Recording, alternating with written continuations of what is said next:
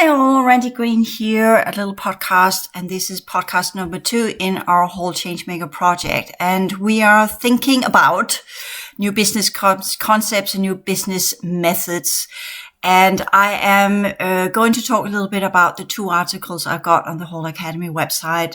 There will be you go under the HAL Changemaker project material, and then you'll find the HAL Changemaker business ideas. And there you will see that the first page, I talked about that in the toolkit course material, where we lay the foundation tool, the HAL Changemaker toolkit course 1 and 2. In course 1, I talk about these foundational ideas of creating hybrid projects and what that means for us. And in Toolkit Course 2, I talk a bit more into kind of practical, how do we do this? How do we work with the patterns of change? How do we put that into motion, including what you already learned from the transition science courses, as well as the template science courses.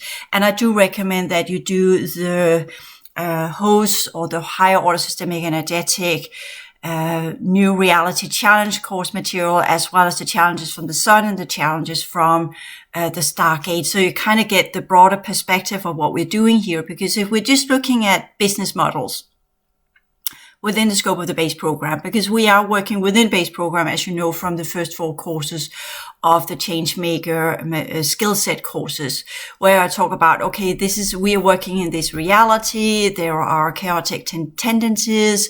We are both change makers that are transforming energy. We are working with our own progression dynamics. We're working with other people that are inside the base program. There's a lot of new lessons to be learned, about how that goes about, as they said in Canada. And, there are we need to be path cutters. That means we need to cut paths into what is already there, create something new. And then at the same time, we must also be chaos pilots, learning to navigate in somewhat hostile environment when we're doing this.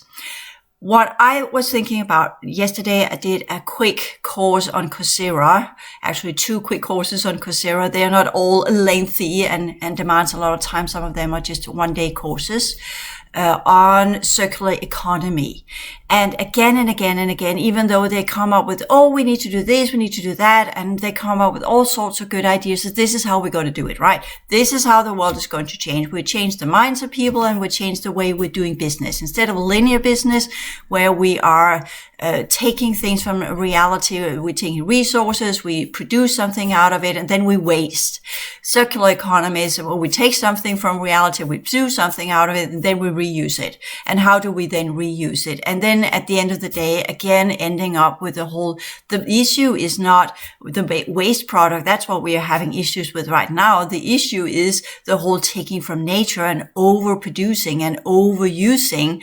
And the solution of circular economy in these 2 courses were, to boil it down, was to learn to reuse stuff and repair things. And I'm just kind of, that's kind of what I grew up with at the 70s and the 80s and the 90s. In the 90s, I remember I had things I could go and get fixed somewhere. I used to resole my boots. I still have boots from the 80s, actually, where I can see the sole is the leather beneath the shoe wear. Not that I buy leather wear today, but I did back then, because that was normal, and I wasn't vegan, and I wasn't thinking about the animals in the 80s because I was a young girl.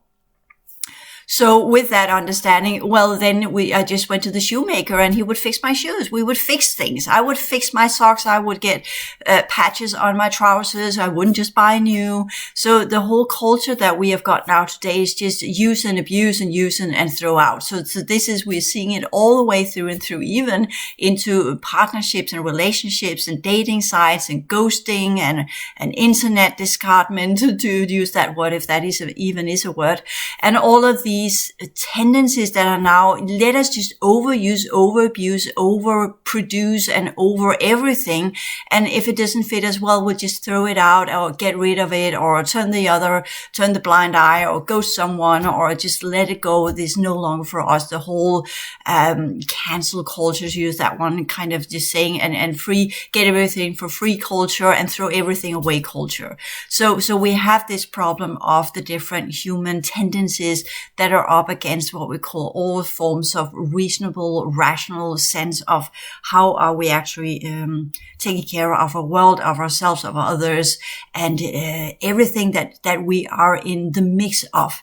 So that is, of course, we could say that has taken around 30 years, 20 years or so to change that into what we have now. And the young people of today, they're growing up with this, and they will continue it because they have no, what we would say in the old school, have no respect for self, others, or reality, right? They have no respect for anything. Everything can be used, abused, or whatever.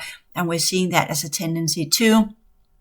Not that we can say it's all about that, but there is this, just considering when I grew up, how we were approaching sexual partners and how young people are approaching sexual partners today. That's a huge difference that goes there. And I'm just so lucky that I got the chance to show my girl when she grew up the old fashioned way of taking care of my daughter, the old fashioned way mothers should take care of their daughters and ensure that they got into good relationships and were not out there on the scene of sexual exhibitionism and sexual promiscuity and all of the things that are going on today, which for me, I can see will lead to a lot of psychological issues later on, because multiple sexual partners is not healthy for anyone, and is detrimental to the ability to form deep relationships, intimate relationships. So that's also affecting our civilization. So where am I going with this? Because in the talk about, okay, if we are doing our own startup, because that's what this little material is about. That kind of we go in and say, okay, we have now changed ourselves, and I'm here on the article Business with Energy, the whole changemaker business built of energy, because that's where it comes in, where we begin to understand that, yeah, we can't just do what business as usual, but business as usual is not the physical business as usual. This is the energetic understanding. We are podcast 2, so it's all about energy. You should have learned that drill by now. Podcast 1, the architecture. Podcast 2, we talk about energy. So here we talk about energy. And in the understanding of self-development, called high awareness progression, which is what you're doing here, this is an older article, but it's still good to have there, because there are some that clicks in on that one and not doing the progression sciences, and so we need the brush up all the time. So in the understanding of self-development, called high awareness progression, using energy and consciousness to do so, that is the human evolution 2.0. So that goes into the true human, the true human evolution into a future of humans knowing how to work with all they are composed of, including their physicality, to regain perfect health, high awareness, full capacity of expanded consciousness, and the ability to communicate and express what we have become into some sort of creational project. And that's the most foundational understanding of our startups. In all my time as living in the space program and talking with other people and people that are doing startups and watching startup YouTube videos and people talking about why do they start up? Well, sometimes they have a good idea, right? They have a good idea and they say, oh, I can make money of this. It's all about making money. That's the big thing. We want to make money. The second thing is that kind of we have that good idea, so we are looking into what are the drivers for wanting to create our own startup. Is it out of necessity, or is it because we feel we have a good idea and we want to make profit on it, or do we feel we have a good idea and want to share it with others? And sometimes it's a combination of all of these factors, including many other stuff, which are the psychological factors, such as, oh, I have this brilliant idea. I'm so brilliant. I can go out and do this. I can start this up and I'll be much better than anybody else if we're a little bit inflated and have a little omnipotent ideas about, or a God complex, as it's called, that we know the answer to everything that's going on out there and everybody else are idiots, right? So we have the solution. Or we go the other way around and say, okay, let us look at this into context, not downsizing ourselves and not blocking ourselves from doing it, because as Steve Jobs said, the great insectoid, right? He said that if you are trying to find answers or trying to find something and you're looking all the way around and you can't find it, I'm here paraphrasing what he said, well, then do it yourself, right? Figure out yourself, create it yourself. So this is this kind of where we'll look at with scrutiny in the reality, and we'll look at, that's the way I do it. Not that I feel that I have the answers for everything, because I know this is an enormously complex reality. And due to my age and all the things I've experienced and all the projects I've been trying to put in motion and how much I got smacked for it. I got pushed back. I got wiped. I got pushed into new timelines. And those of you who are working with the progression dynamics, you will see that because there's not an interest, overall speaking, nor from humans around us or from other factions, whoever and whatever's left, because that is changing as well with the new incoming races. We'll see what that will lead to.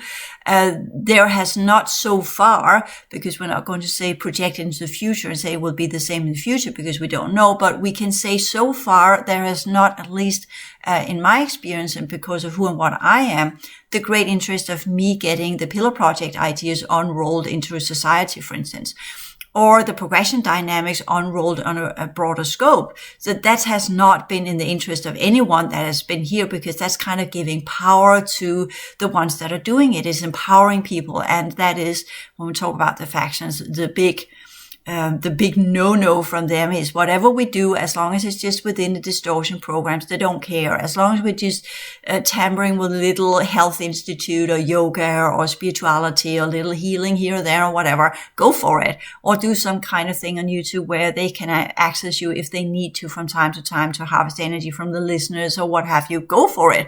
But if it comes into something that actually leads to change, then the answer is absolutely not. And then we get the smack. And then at least that's my experience. And some of the ones I've been working with are experiencing that as well. So we are limited in our range of freedom in what we can create and what we can express, which sucks to put it mildly. But that does not mean that we give up, because then we become victims. And then we will sit there with this nagging feeling in our stomach of knowing, oh, I can do this. And I have my tantrums. I tell you, I have my tantrums. I'm trying to be very amicable about it, using tranquility and equanimity and the balance point every single day, because I know these ideas could change a lot if at least I got a chance, or at least give me the chance to try it out. At least give me that chance. Give me 5 or 10 people. Let's see how far we can push it. But that's not even allowed. This is kind of, if I'm lucky on some days, yes, it is allowed just a little tiny bit. On other days, it's just kind of, yeah, you can sit in your bed and do absolutely nothing. And if they really don't want anything, then they push something into my field, which I then have to spend the entire day to clear out. And there are these incidences are getting, crazily worse. What I'm experiencing right now, during this since January has been, sorry, being a little bit sad about it, but that has been horrendous. It's been horrendous before, but this is horrendous in a different way. The attacks are so much more physical. Before it was very what I call holographic. And yes, I had the experiences of falling over and being thrown downstairs and got pushed so hard. So I fell on the floor and these kind of things. But here it's hours and hours of physical agony. So that's something completely different that are being played out now, which, I don't know if it's a testing or it just feels tremendously difficult and different. So that's also, of course, playing in when I think about, okay, what can I do and what is possible to do? But we need to do the cork effect. And that is, yeah, we might be pushed underwater, but we keep getting back up. Or the mushroom effect. We're being put in dirt, but we keep sprouting anyways. Or the lotus effect. We grow our way up through the mud and reach for the sun. It's not a question of just giving up. As I say, I have my tantrums, and if you ask me, do I find this reality to be somewhere I would choose by my own free will? Absolutely not. But life is life. I exist. I'm here. I'm in this form. I can't leave. I'm stuck here, so I might as well make the best of it, including my tantrums and my bad days and my good days and the up days and the low days and all of these things that are part of being in the base program. And that's one of the reasons of course, I was not out there talking about how I felt and what I experienced when I was at the low, because you don't share that. You keep that to yourself, right? You keep a dirty laundry to yourself, because when you're a speaker and you're trying to get people to do stuff, you don't go out and show them how bad it actually can be. But it also, within the understanding that everybody's experiencing this. So they are still in that that good pace and that innocence of the base program where everything is possible still. It's only when you get higher up, so to speak, in dimensional energy that things get much, much more difficult, because that's where you actually begin to be a threat. So this is also to be taken into consideration for those of you who want to do your own business. When you do the progression work, how far are you going to push the progression work? Because if you get too far with, let me use a simple analogy inside the base program. There is a tendency to people that have higher educations and have more knowledge about reality. They are not the best entrepreneurs. They actually have the skill sets. They have the mental capacity. They have all the good ideas. They are skilled in all the sciences that are needed, including how to start up and how to do things. They know the laws. They know everything. But because they know so much and the complexity of what they know, they also become a little bit less initiative, a little bit less innovative because of all the troubles they know they will go through. So it's a bigger decision. The more you know, the bigger the decision to make changes, to try and instigate changes, to try and do something. You get a little bit more tired every time you try and you see, oh, another obstacle or another obstacle. And sometimes it's easy just to be the fool, like the tarot card, the fool. You just pack your bag and you take your dog with you and you just go over the cliff. And if you can walk, you can walk. If you can fly, you can fly. But you'll figure it out by doing it. So we need to be something in between, including when we do the progression sciences, as in some of you are starting up with this and you have all the strength and the good ideas. Go for it. Keep you there. Please continue. Don't give up anything. And those of us who have, as I talked about in workplaces as well, the older we get, a little bit more kind of rigid and conservative we become. Yeah, we tried that before kind of method. Don't you think I've been trying to do this for the last 10 years? And then the newcomers, but you could do this and this and this. And sometimes this actually is a good idea, but it's also based upon different level of reality. So this is where it's a good idea. But if I could put myself into that position again, then I would use that idea as in not giving any good ideas to the grace of relooping, because no, thank you. I'm not interested in the relooping. But sometimes when I think about when I was younger, as in if I had my young body with the mind I have today, then I would then I would take some different choices.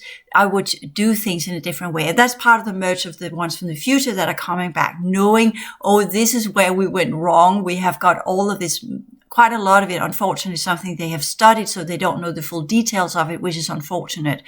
But they still know more because they have ended up in this severely dystopian future. So they are traveling back into the former versions of themselves, as I talk about on the 2025 Timeline YouTube channel, is free podcast out there, about how they travel back in time, not time as we know it, but back in the holographic settings to earlier versions of themselves and merged themselves with who they were back here, as in a part of me from the future merged into this form, which is me and me in the future as well. Well, technically, perhaps not this physical form, but at least my energy system.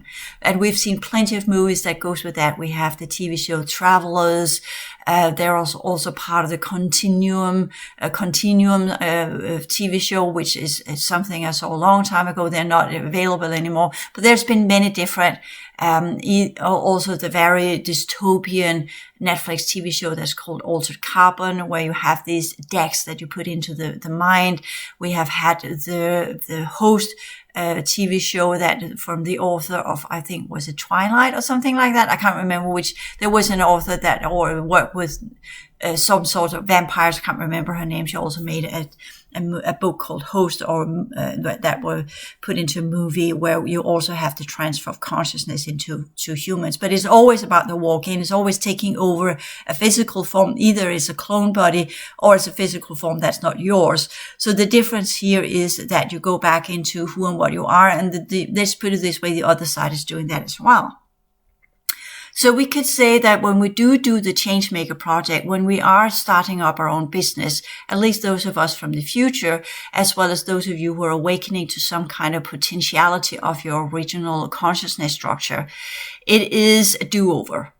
Let us put that, I think that should be put into the mix here, in that understanding that when we are doing these businesses.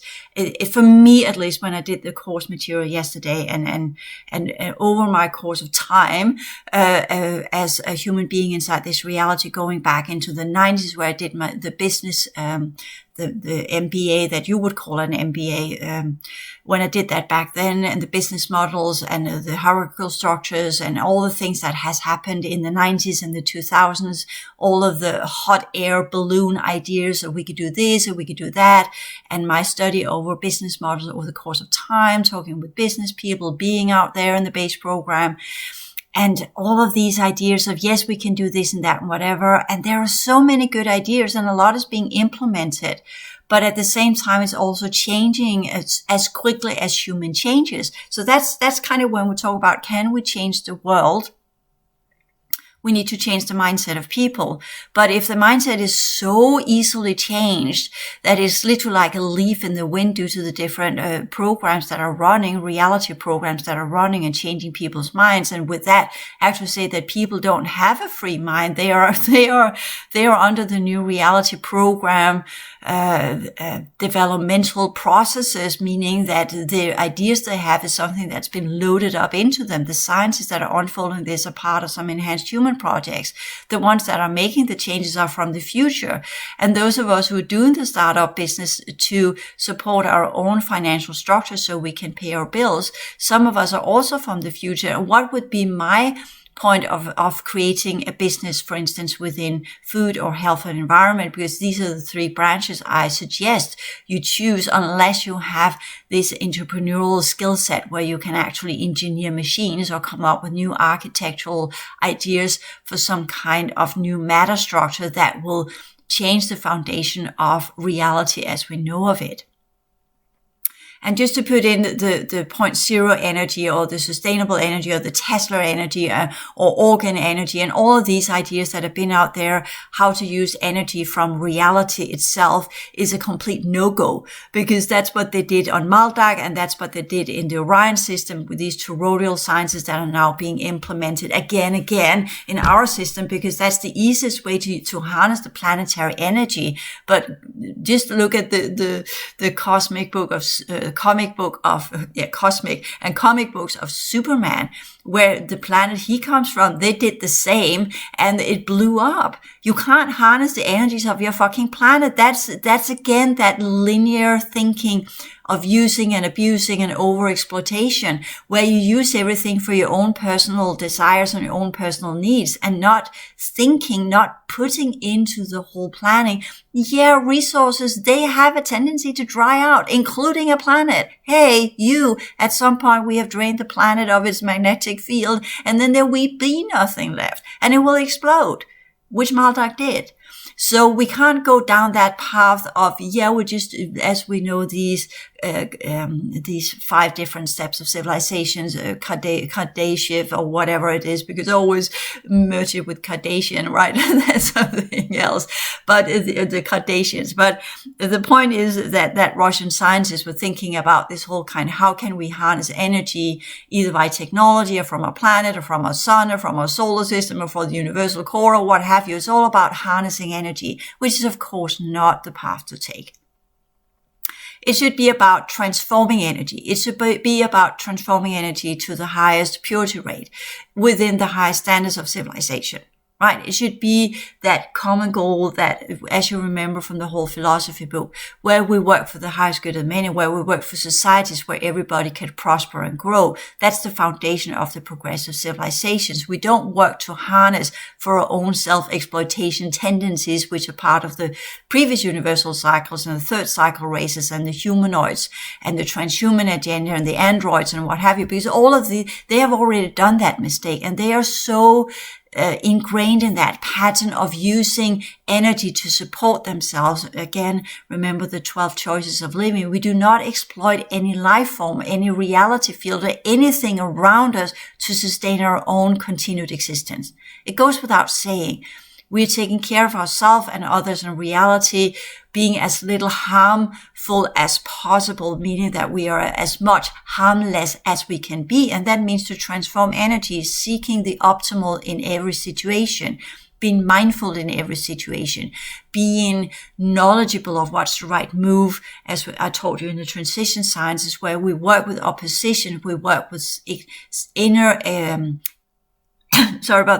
exploration of who, who and what we are, how we can change and how we can do this in a better way, which I already touched ground with in the Future Human Project course 1 to 4, where I talked about some of these psychological dynamics. And in my point of view, if everybody was psychologically skilled and it was part of grade school, and we learned how to work with sustainability in grade school, and we learned business models in grade school, and we learned about society in a better way, not just historical, geological, what have you, but actually change the whole school system, not as in kind of you need to learn all of these different sciences, which you later on will say, well, it is a foundation of going out learning about the world, but in the great scope of things, what of these, whatever I learned in grade school, have I ever used any of it other than a little bit of mathematics here and there, or numbers, algebra, and which is the only thing that I kind of used, and I barely understood half of it. Today I'll use a calculator or look it up on Google, right? So how can we change the school system into something that actually is worthwhile as an educational purpose of creating new, highly functional citizens, and not to put it as a machine, the wall. I just listened to that piece of music, and beautiful, even though very depressive, but still a very beautiful piece of musical art. So it's not about, we don't need no education. This is not what it's about, but it is about the understanding what type of education what kind of mentoring do we need in the school, in schools, and how do we look at businesses not as profit making, but actually as a creational project, as an expression of who and what we are. So we're looking into society that needs to change from the root to the completion of it. And that is what the do-overs, the ones from the future, are here to try and instigate against, being against all odds and up against the factions that are trying to prevent them from changing reality. You know the plot. You have got the pro change and you have got the against change. And you have in the originals, internal strife. In the progressive worlds, you had the pro elevation and the against elevation. So this is just an old setup that has been there all along. And I think that is, we need to take that into consideration as well when we do our startup. So the first part of the startup is to sit in meditation and contemplation. You need to sit down and think about, why do you want to create this project? Not can it hold water, or is it functional, or can you earn money from it, or all of these thoughts. That should be taken as well. But first you need to sit down and sit with your idea and say, is this something I want to pursue? Is this worthwhile? Is it does it live up to the highest purity rates, the highest standards, the highest progression rate? As in, if everybody was doing this, how would the world then look? If everybody was following this service, this idea, this project, whatever you come up with, how would the world then look? Try and see if you can push it into some kind of projection into the future. What does it lead to? Not everything needs to lead to great changes. For instance, if you come up with a little gadget that will make every day easier for people with some kind of handicap, or some kind of whatever ailment, or something that makes it life easier for these people, well, then you can say, well, that's kind of a more local doing good in the course of time in that moment, and then later on you might change it into something else. It doesn't have to be the evergreen project from the very beginning. It could be small projects that will change one thing at a time, a little bit here, a little bit there, all depending on where your skill sets are and what kind of personality structure you've got. For instance, for me, I work with people, but I more work on the meta level of people, as in kind of the ideas behind what change people, the meta level of change, the meta level of progression, whereas others are more working in depth or in the mud with people right there, getting their hands dirty as healers, as psychotherapists, which I worked as well in the process, because I knew I can't go to the meta level unless I actually have clinical, practical experiences with this work and see if it actually works. And I will probably resume that later again. It needs to be tested. You need to have pilot projects. You need to test it out out in reality to see if it actually leads to changes. And by that, I'll learn, yes, it does lead to, as a healer, it leads to changes in 3 weeks. But because people didn't have the skill sets for it, they didn't have the frames of references, they didn't have the psychological capacities, and they didn't have the understanding of how to work with the healing energies, it just kind of fizzled out. So that was the foundation, the startup of the whole academy. And now I work with the whole academy sciences, and I'm going to say, okay, can I implement the progression sciences into, for instance, some kind of healing modality, teaching healers how to work with their clients in a different way? But the question is still the clients, because are the clients doing the whole academy courses? Most of them, no, absolutely not. Can I heal the ones? Is it enough just to take the basic energy work and then I can work on them as healers? No, absolutely not, because it's a complete foundational shift of what people are and how people perceive themselves. It's a completely different civilization where healing actually would have a purpose and a function that could be set in terms of the high standards. Yes, that's okay. Or working with people and their diet habits with food, trying to change people into eat more healthy food. Some of you are working as a dietist and you have been working with people, and it's just kind of ending up saying, yeah, you do all of these schematics, you do all these ideas, you do all this and that, whatever for people, and you send them home with exercises and papers and from A to Z and one-on-one, how to do this one-on-one for dummies as you do it in America, right? It's down to the minute detail, and people are still not doing it because, oh yeah, I had a bad day. I'm not doing this today. I'm doing it tomorrow. And then tomorrow something else comes in the way, and then it never happens, right? There's always something that comes in the way. And that's the psychological drive that's just not present there. There's just not that urge and need to instigate these changes unless they have a near-death experience or something that really kicks them in the butt and shakes their foundation. That's when people change. But until then, it's just kind of, yeah, I like the idea of change and I feel better playing with the idea that I will do the changes. It makes me feel less guilty or less victimized or less this or that, or whatever. It makes me feel a little bit more empowered. But when it comes to it, will people then actually do it? Not really, right? Because it takes work. It's hard work. And people think, oh, I just need to do it 2 days and then I'll lose 10 pounds. No, not. You need to work with it over a serious period of time. You need to change your entire eating habits. You need to change everything you are, your life, the way you perceive yourself and others. Is psychological issue to begin with. Food disorders are based upon psychology. They are tied to psychological imbalances. So these needs to be balanced and worked with first. You need to go in therapy if you've got health issues or you're eating too much or you have got weight issues or whatever. It's the first foundational level is psychological.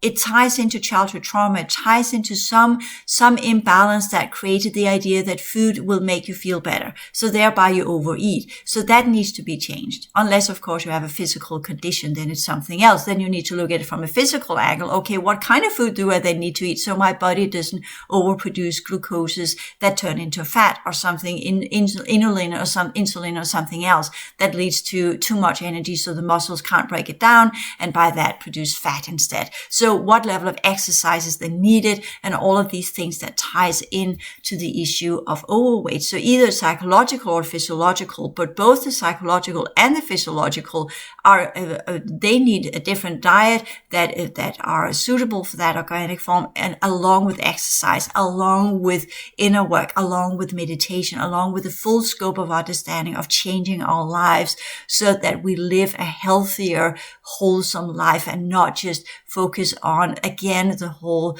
consumer ideas of just using and abusing and trying to shy away from the issues in front of us that makes life difficult. So that's also part of some of when we talk about if we want to work with people within food or within health or within environment, we're talking about psychological dynamics. That's the very foundation of everything.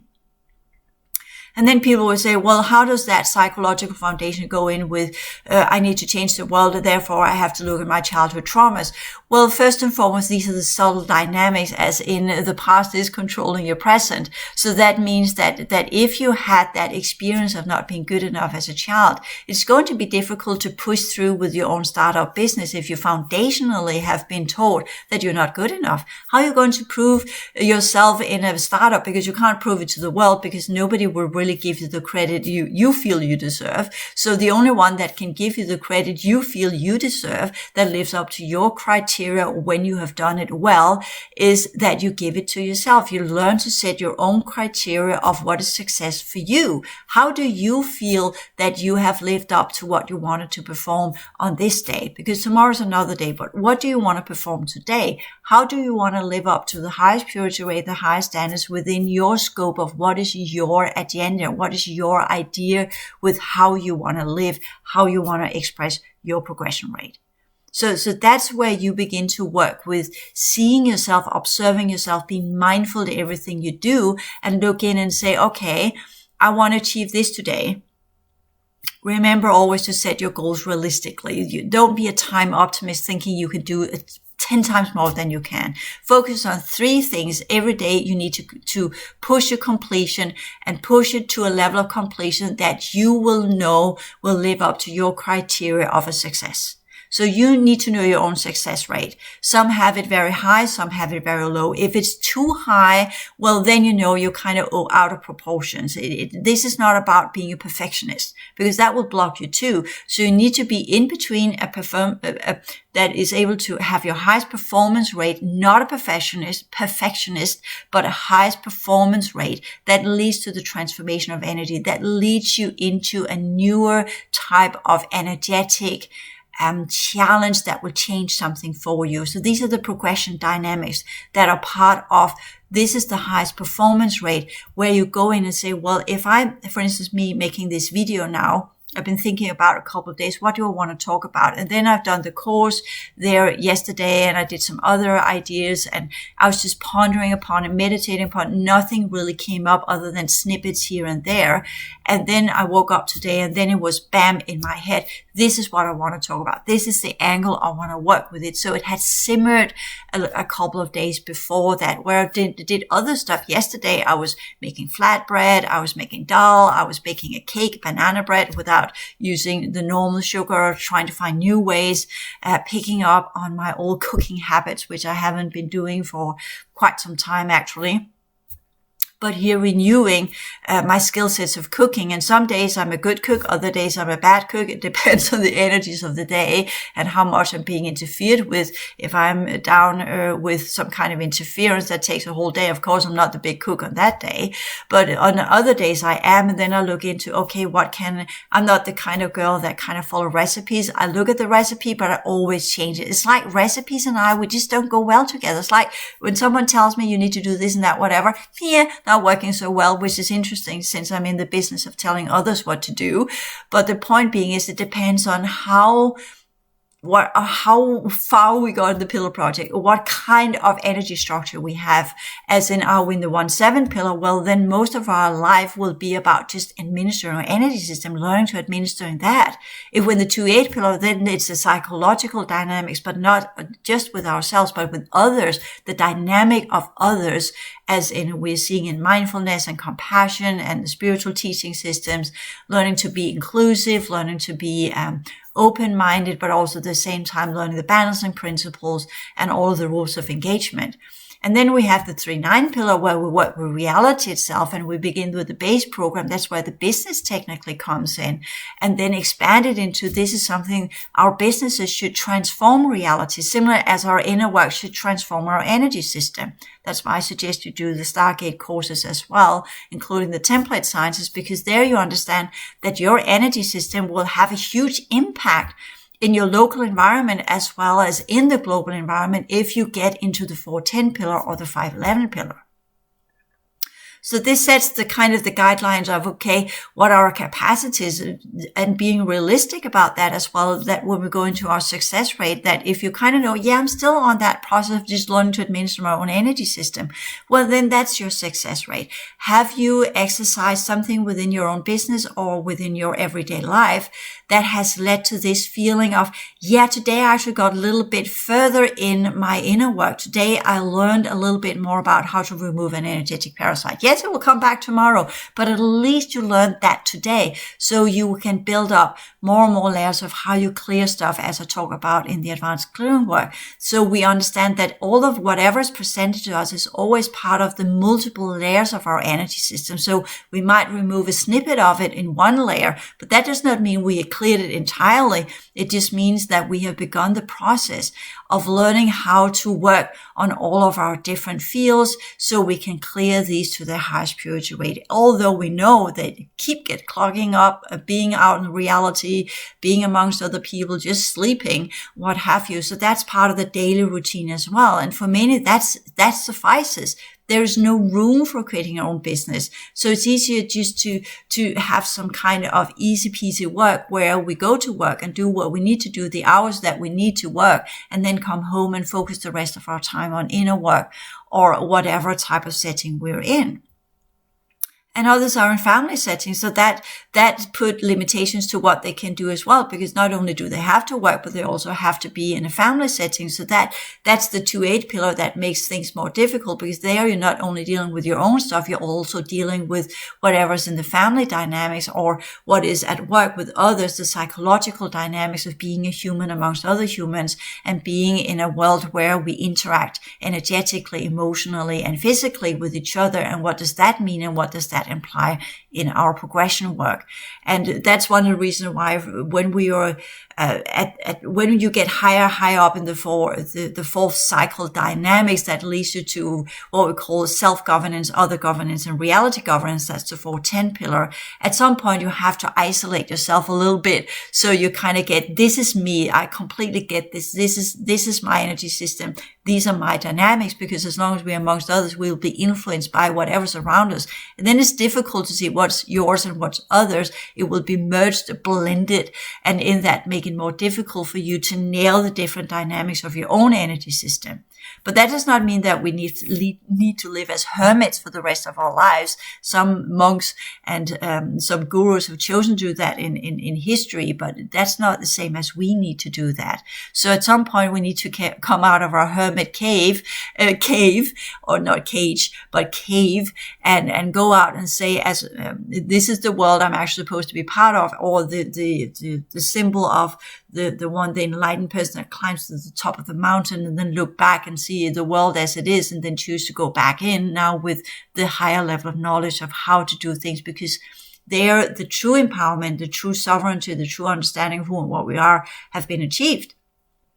And with that, it's easier to go back in and say, this is mine, that's theirs, not as in kind of, this is your, you take care of it yourself. But we are in that, again, balancing principle, understanding of what to transform, what not to transform, what to engage in, what to not engage in. We understand the principles, we understand the rules of engagement, and we understand the laws of energy. And that gives us a different toolkit when we talk about creational projects as well.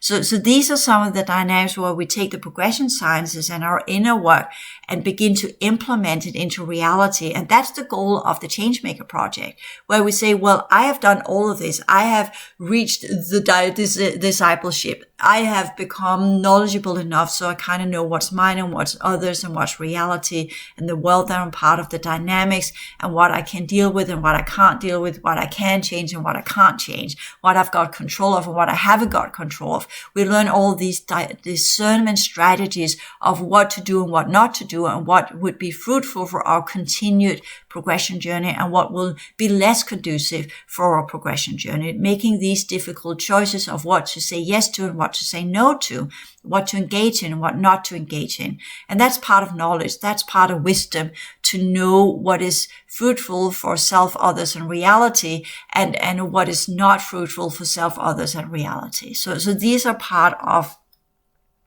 the understandings of what it means to be a progressive humans that are beginning to work as a change maker, aside from the 4 skill set courses and the toolkit courses, which I definitely suggest you do as well. But here we're talking a little bit of a meta level, or that goes both from the meta level into the more everyday level, where you understand that the first and most important criteria in the startup is to understand why you want to do it.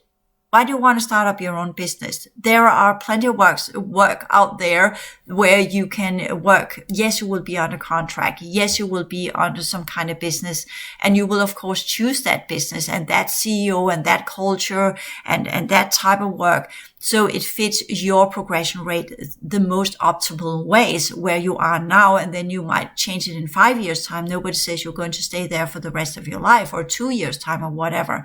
But choose what works for you now, where you are now, and take whatever work you choose to engage in, take it as an object of transformation. Take it as an object of progression.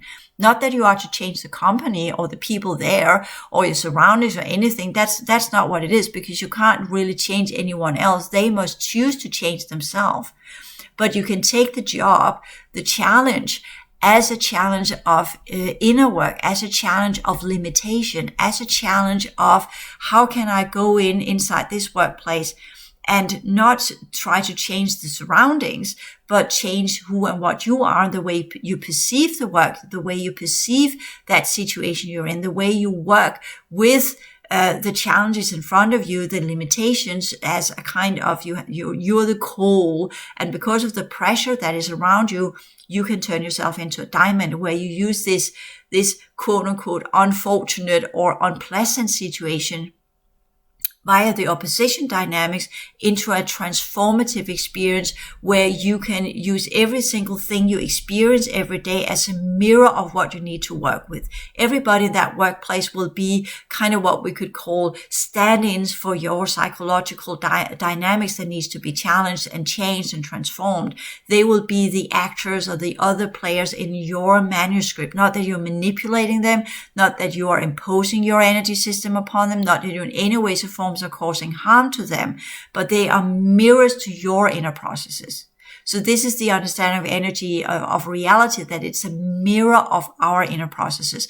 That's principle 4. And I talk about that in the template science courses. So we there understand it's not the end of our days that we get back into a job with a contract. And I was already contemplating on that last year.